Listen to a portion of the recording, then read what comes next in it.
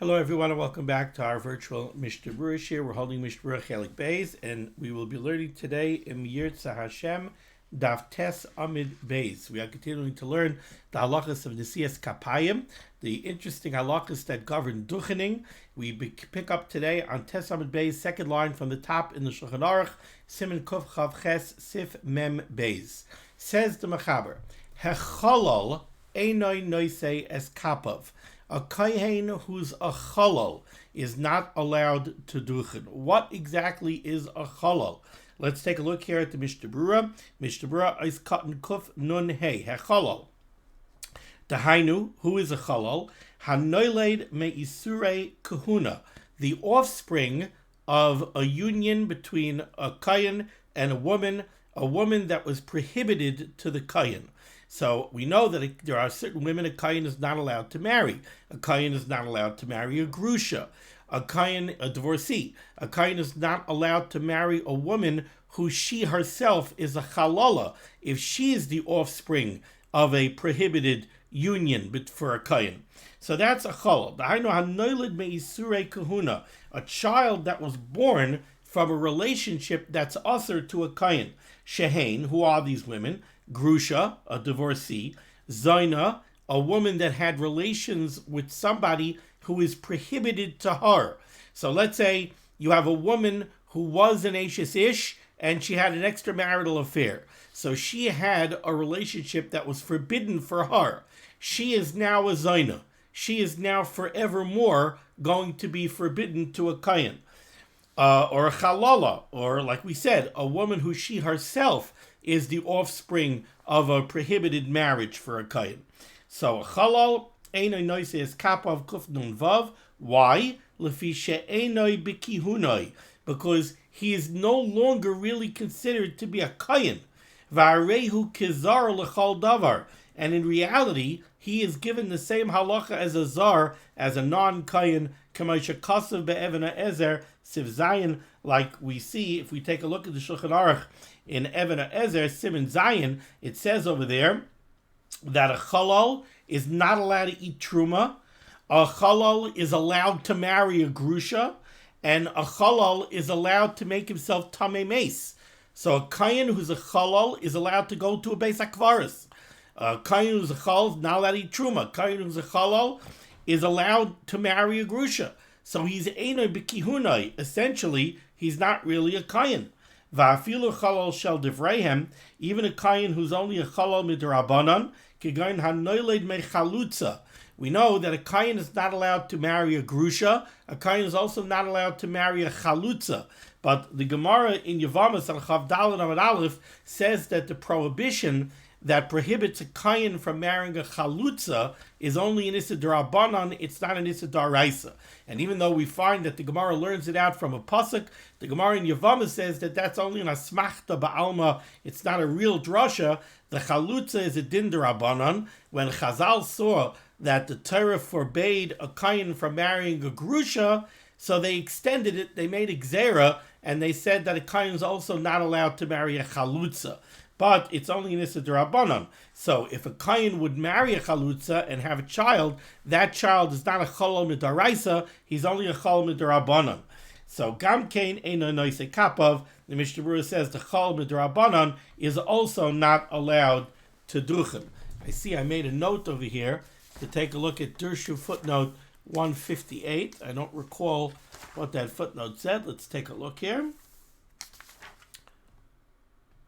He just brings down here from the Biur Halacha that if the chalal does go up to duchen v'im oila kasav beBiur Halacha le'el b'shem pri begadim she'over ba'asei, a chalal that goes up to duchen is actually over on an asei va'afilu im ola, and even if he goes up yarad, you bring him down and you tell him that it is not proper, he is not allowed to duchen. Now we go to Sif Mem Gimel, second line down in the Shulchan Aruch near the end of the line.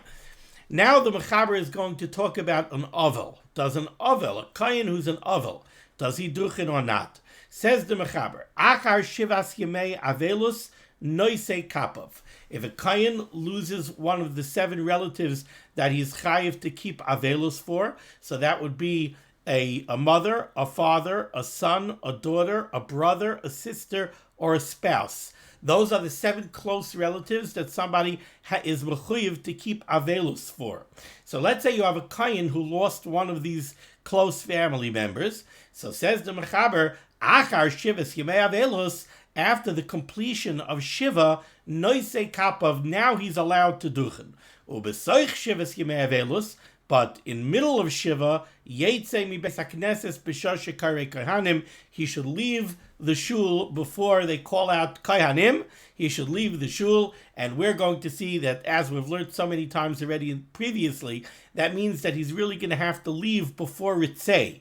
Because if he's there by Ritzei, he already has to be nekar mimakaimai. He already has to step out of his place and begin to approach the duchen. He's not going to do so because he's not duchening. So if he's a kohen and he's standing in his place and he doesn't start to approach the duchen by Ritzei, somebody might look at him and say, oh, he must be a kohen pogum. We don't want that to happen. We don't want anybody to disparage his yichus as a kohen. Therefore, since he's not going to duchen, we tell him to leave by Ritzei. You could see this in the Biur Halacha Dibra Maschal Yetze Mi Beis HaKnesses B'Shar Shekarei Kohanim Ayin La'el b'Mishnah Berurah Siv Katan Yud Beis. Take a look earlier in this Siman in Mishnah Berurah Eis Katan Yud Beis B'Shem HaMordechai, in the name of the Mordechai, Shehayotze, that any kohen who we're saying should leave the shul before duchening because he's not going to duchen, tzarich lotzeis kaidem shamaschilin ritzei, he really has to go out before the chazan starts ritzei in chazaras hashatz, so that no one should suspect him of being a kohen pogum. But again, what did the mechaber say here? The mechaber said you have a kohen who's an ovel, so it depends. During Shiva, he can't duchen. After Shiva, he can duchen. Now let's take a look here at the Mishnah Berurah. It says the Mishnah Berurah is Katan Kuf Nun Zayin. Yetze mi beis hakneses. The kohen, if it's during Shiva and he's not going to duchen, he should leave the beis hakneses. So now the Chavetz Chaim tells us what's at play over here. Says the Chavetz Chaim, Dimidina chayiv ovel levarich, because really me'ikar adin, this kohen should duchen. Let's remember that for the kohen to duchen is a mitzvah saseh daraisa. It's a pasuk that says the kohanim are instructed, Kai sevarechu es b'nei Yisrael. So should they bench the b'nei Yisrael. So this is a mitzvah saseh daraisa. So it's not so pashut for a kohen to just say, I'm not duchening. So really, says the Chavetz Chaim, Medina chayiv ovel levarich. Really, me'ikar adin, this kohen is mechuyev to duchen. Because even though he's an ovel is chayiv in all the mitzvahs of the Torah, so this is a mitzvah say he's chayiv to do it. So why are we saying that an ovel toishiva should not duchen? We are noyig that a kohen who's an ovel should not duchen, mishum shetzarech hakohen liyos besimcha v'tuv leiv b'shas habracha. Because the halacha is that when a kohen goes up to duchen, to bench Klal Yisrael, he has to be besimcha ubetuv leiv. He has to be happy. He has to be joyous. And his heart, he has to have a leiv toiv. He has to have a very good, generous feeling heart. So he's got to be in a good mood. How do we know this? Kidiksiv, from a pasuk that Shlomo HaMelech wrote in Mishlei, the pasuk says, V'toiv leiv hu yevayrach. Now, that is not really the accurate quote from the pasuk, and if you take a look in the Dirshu footnote 161, you'll see over there they bring down Kaloshan Azeh Kasav Haramal Lahalon. The Chavetz Chaim brought this down because this is the actual text of the Ramal later on. Ain't pasuk b'loshen zeh mamish. That's not really the loshen pasuk. The loshen pasuk b'mishleihu. If you take out a mishlei and you take a look at Perek Chav Beis pasuk tes, you'll see the actual text is toiv ayin hu yevarach. Somebody who is a good eye is gebenched. I was going to bring upstairs. I'm saying share once again in a room upstairs by me. If you look at the difference in the videos, you'll see that over Pesach and a little bit after, I had been saying share in my study downstairs. Now I'm back in my little recording studio over here upstairs, and I don't have all my svarim. And you know that I have this habit of always forgetting this farm that I want to bring up, but I do have a Tanakh over here, and this is Mishlei Chaf Beis Tes. Mishlei Chaf Beis Tes. So the pasuk says like this: Toiv ayin hu yevorach. Somebody who has a good eye, he will be gebenched. He will be blessed. Toiv ayin hu yevorach. He will be blessed. Why? Ki nosan milach ladol. Because he will not hesitate to give from his bread ladol, to a needy person, to a poor person. If you take a look at the Metzudes David on this pasuk, he says very simple. He says, Toiv ayin hu yevarach. The Rabbeinu Shalom will bench somebody who has a toiv ayin. Why? Because since he has a toiv ayin, and since because of his toiv ayin nosan milach ladol, since he won't hesitate to give from his food to a poor person, so that means he's doing good things with his money. If the Rabbeinu Shalom gives somebody money and he sees that the person does good things with his money, so then the Rabbeinu Shalom is very happy to give him more. So toiv ayin hu yevarach, somebody who has a good eye and is generous and he's a giver, he's willing to give away from his assets to people who are in need, yevarach, he'll be gebenched. The Rabbeinu Shalom will give him more so that he could give away even more money. That's what the pasuk says. Now we're using the pasuk over here in the halachos of Birchas Kohanim to say a little bit different. We're using it to say that v'toiv leiv hu yevarach. There's a Gemara in Saita. Those of you who are learning Daf Yomi, I'm not sure that you're there yet, but those of you who are learning Daf Yomi, this is a Gemara in Saita Lamed Ches Amid Beis. The Gemara brings down this pasuk, and the Gemara says like this. The Gemara says, no.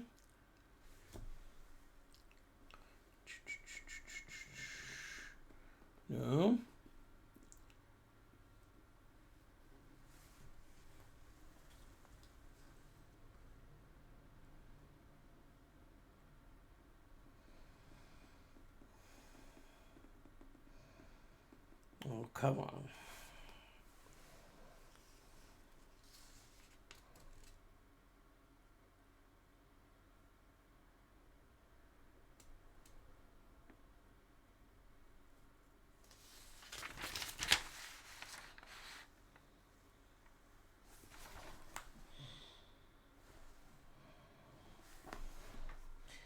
If I'm not going to find... Oh, here it is. The Gemara says like this. Amar Rabbi Yeshua ben Levi. Rabbi Yeshua ben Levi said, Ein noisnin kais shel bracha levarech. We don't give the kais shel bracha by Birchas Hamazon. When we bench on a kais and we want to be mechabit somebody to lead the mezumin and to make the bracha on the kais shel bracha after benching, we only give it to somebody elo l'toiv ayin. We only give it to somebody who has a good eye. Why? Shenemar, because it says toiv ayin hu yevorach. Somebody with a good eye will be gebenched. Ki nosan milach ladol, because he's willing to give of his bread to a pauper. And then the Gemara says, and this is what we need for us, al tikri yevorach. Don't read the pasuk yevorach. You see, it's spelled without the vav. It's spelled in the pasuk Yud, Vez, Reish, and the Chaf. So you could read it Yevarech or Yevarach. We read it in the pasuk. We read it Yevarach. Toiv ayin hu Yevarach. Somebody who has a good eye will be gebenched. Says the Gemara over here in Saita, Al tikri Yevarach ela Yevarech. We should read it Yevarech so that the pasuk says Toiv ayin hu Yevarech. The one who has a good eye, he is the one who should make the bracha. So you're looking for somebody to lead the mezumin and make the bracha on the kaishal bracha by Birchas Hamazon, give it to somebody who's toiv ayin. Similarly over here, by us, where we're talking about Birchas Kohanim, we say the same thing. Toiv ayin hu yevarech. The one who has a good eye, the one who's besimcha uvetov leiv, that's the one who should give a bracha. So the Kohen who's giving a bracha has to be b'simcha u'v'tov leiv. Well, lekach tzarich lotzeis, and that's why the Kohen has to go out when he's an ovel. Kedei shelo yikra'u lalis leduchim. So what the Chavetz Chaim is saying is like this. The Mechaber said that an ovel toich shiva cannot duchen. Instead, he should go out. Explains the Chavetz Chaim. Really, why does he have to go out? If it's usher for him to duchen, it's like we learned earlier. If you have a Kohen who has one of the defects that preclude him from duchening, he's not really mechuyev to go out. So if this person, if the ovel is precluded from duchening, why does he have to leave? Why can't he stay in the shul?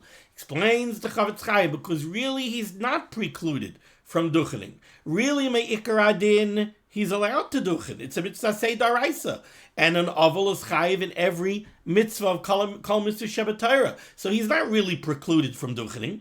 Why are we knowing that a Kohen toish shiva shouldn't duchen? Because he's not b'simcha b'tov leiv. He's an ovel. And in order to duchen, you have to be b'simcha b'tov leiv. Says the Chavetz Chaim, that explains why he has to go out. Because if he doesn't go out, then somebody might tap him on the shoulder by Ritzei and say, Reb Yid, Kohen, you got to go duchen. Oh, if somebody is going to tell him to duchen, now the mitzvah say is really chal on him, and now he has to go duchen, even though he's an ovel, and we don't want him to do that. Therefore, what we do is we send him out, so nobody should tell him to go duchen.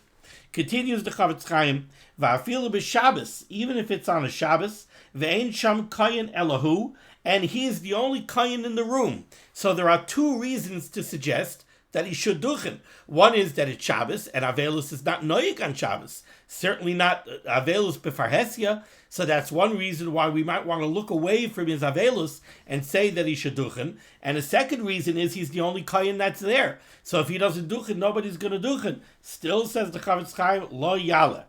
Ub'di'eved im lo yotza. L'maisa b'di'eved, let's say the Kohen who's an ovel does not go out, u'kra'uhu lalis l'duchen, and somebody tells him, no, Reb Yid, go up to the duchen, then bein b'Shabbos u'bein b'chol, bein she'en sham Kohen elahu u'bein im kohanim acherim, now all bets are off. It doesn't matter if it's Shabbos or a weekday, there are kohanim, there are no other kohanim, tzarech lalois. Now he has to go up, dim loy kain over ba'asei, because if he does not go up, he's mamish going to be over on a mitzvah asay. He's going to be mavatal the mitzvah asay of performing Birchas Kohanim.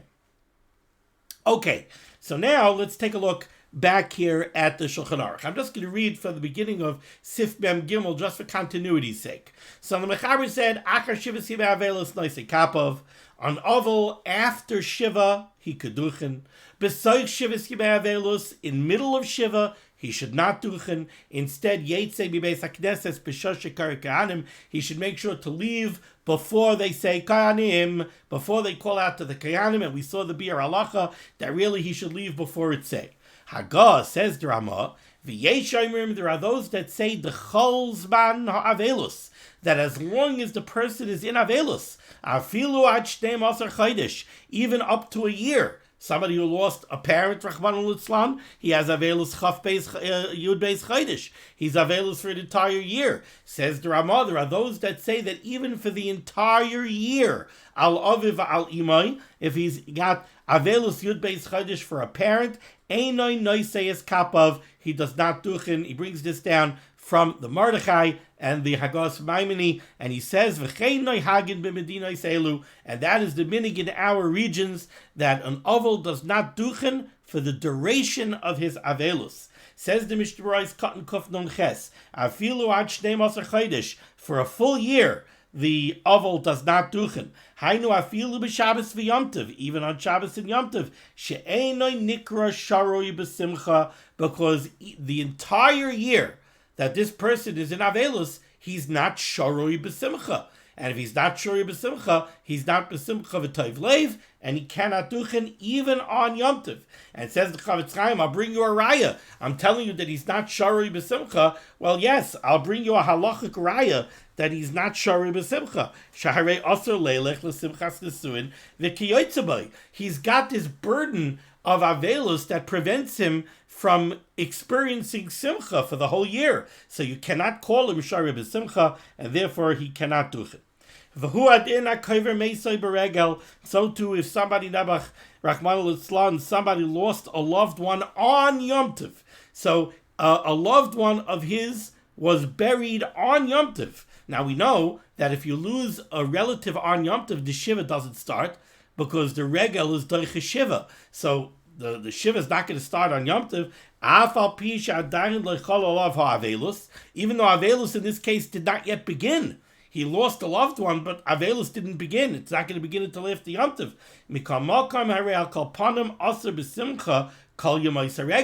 But there's still a diminishing of his simcha the entire Yom Tov. He's chayiv in simchas Yom Tov, this person. His Avelus didn't start, so he's chayiv in simchas Yom Tov. But a certain extent, he's not going to have the simcha. He's not going to go be a guest in somebody's house and have a sudas mereus. So there is a diminishing of his simcha kol yom regel. He's not considered somebody who's sharoi b'simcha, and he cannot duchen. For who hadin oinein, somebody who has a mace that was not yet brought to Kfura. Afilu b'Yom Tov shu chayiv b'chol mitzvahs. Even though on Yom Tov he's chayiv b'chol mitzvahs, still he's not shari b'simcha. He can't duchen. Mikamakayim harei enoi shari b'simcha. Ukfar kasavdu de mikamakayim mikuru lalis yala. But again, in all of these cases, when we're dealing with an ovel, if somebody tapped him on the shoulder and said, "No, Rabbi Yid, you have to go duchen," now he's got to duchen because now the mitzvah say daraisa to duchen is chal on him. And the Avelus is not doicha the asay daraisa. There are those that suggest that by an oinein, even if they instruct him to duchen, he should not duchen. Ois katan kuf dun tes. The Ramah said that there's a yesh oimrim that for the entire duration of the Avelus, the Kohen who's an ovel cannot duchen. And he gave the example of Yud Beis Chodesh, al aviv va'al imay. Now we know that avelus of Yud Beis Chodesh is only by a parent. The other 5 relatives that a person is mechuyev to have avelus for, the duration of the avelus is only 30 days. So how about by them? Could they duchen during those 30 days? Says the Chavetz Chaim here, Ois katan kuf nun tes al aviv va'al imay. For who adin kol shloishim al shar kroivim shemchuyev lehisabel aleim. The same halacha would apply to the shloishim by the other 5 relatives. This yesh omrim would hold that during the shloishim, these people, during the shloishim for these relatives, this kohen who's an ovel would not be allowed to duchen.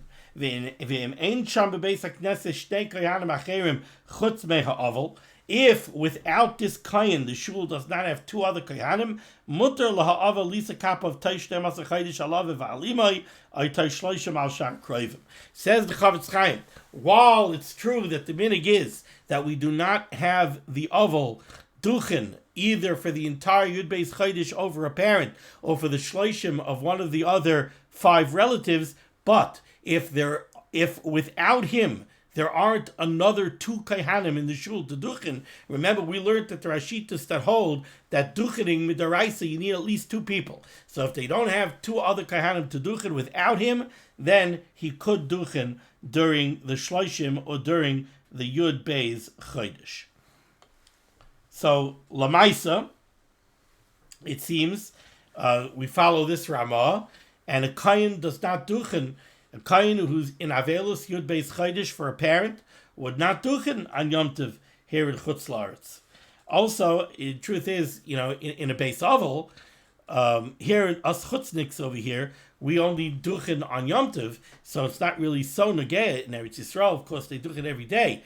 Over here in Chutz La'aretz, in a Beis Ovel, the widely accepted minig is not to say Elokeinu v'Elokeinu v'Seinu Barucheinu Barbrach Am Shuleshes B'Torah Ksuva Yidei Moshe Avdecha, etc., etc. The widely accepted minig is not to say that Elokeinu v'Elokeinu v'Seinu in a Beis Ovel. Interestingly enough, in Eretz Yisrael, when you have the shaila of do you duchen, because they duchen every day, do you duchen in a Beis Ovel or not, many of the Eretz Yisrael dikapaiskim paskin that you do duchen in a Beis Ovel. The Ovel himself doesn't duchen, but other kohanim that are there in the Beis Ovel would duchen. If you want to see a lengthy footnote about it, you take a look at footnote number 160. Okay.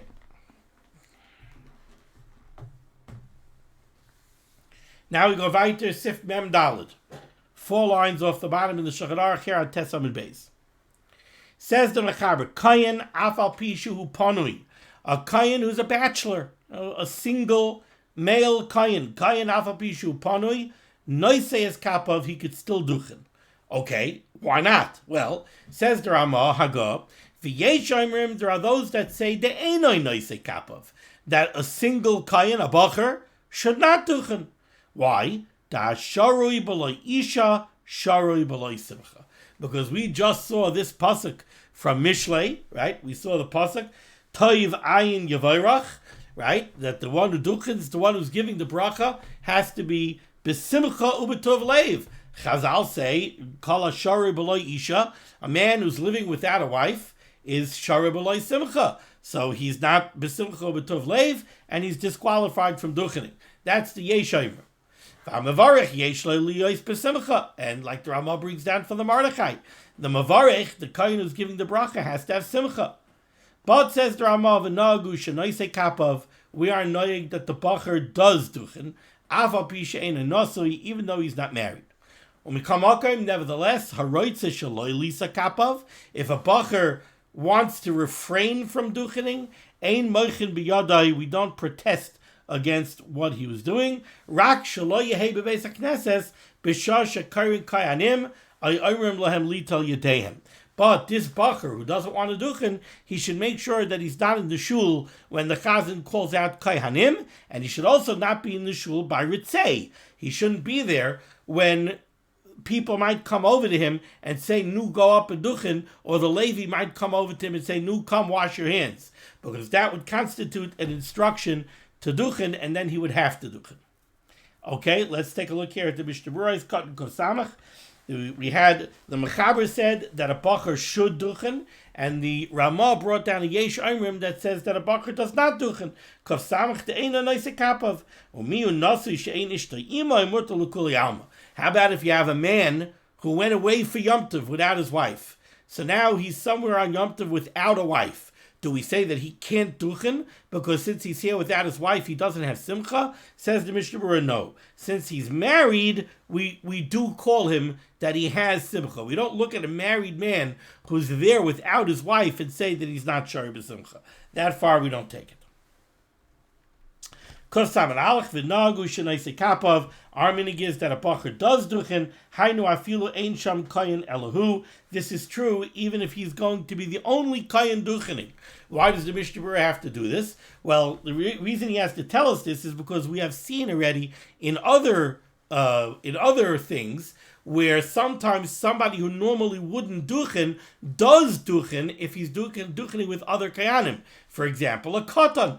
We said that a katan doesn't duchen alone, but a katan can duchen with other adult kohanim. So you have other adult kohanim duchening. No, he's also duchening. You might have thought the same thing over here. You have a bacher. No, he's not shari b'simcha, but if he's duchening with other people, maybe it's okay. But if he was going to duchen alone, maybe we wouldn't let him. Says the Mishnah Berurah, no, even alone he could duchen. Hainu afilu ein sham kohen elahu.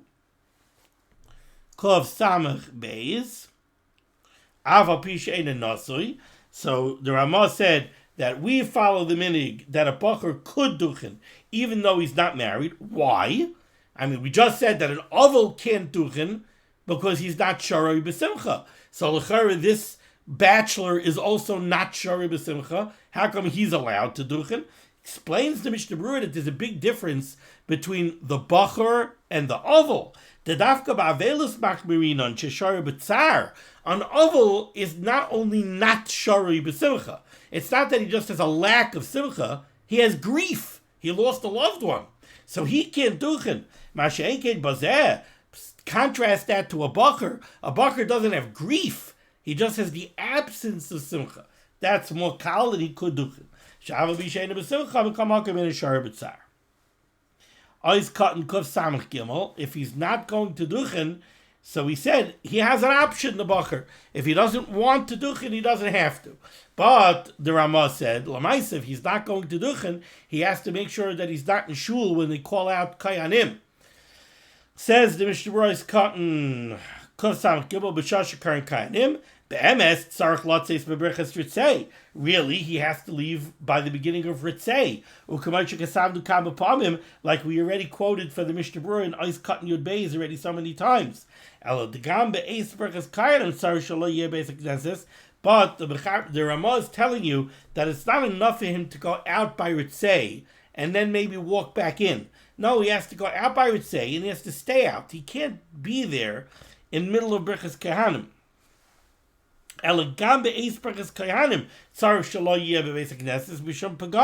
Because if he'll be there, if he'll be in the shul during Birchas Kohanim and people will see that he doesn't go up, they're going to suspect that his yichus is not good. The Chanal b'sif daled. Eis Katan Kuf Savam daled. We're not doing. Okay, we're going to stop over here. We'll continue next time at the bottom line here in Tessa with Beis by the word Nagu in the Ramah. Thank you so much for joining me for limud HaTorah. The schar limud HaTorah should be begging against Klal Yisrael. The Rabban Shalom should send Yeshua's refuahs parnasim should do to all those in need. We should be zeicher to see the BS Gal Tzedek b'mehera v'yameinu. Amen. Be well.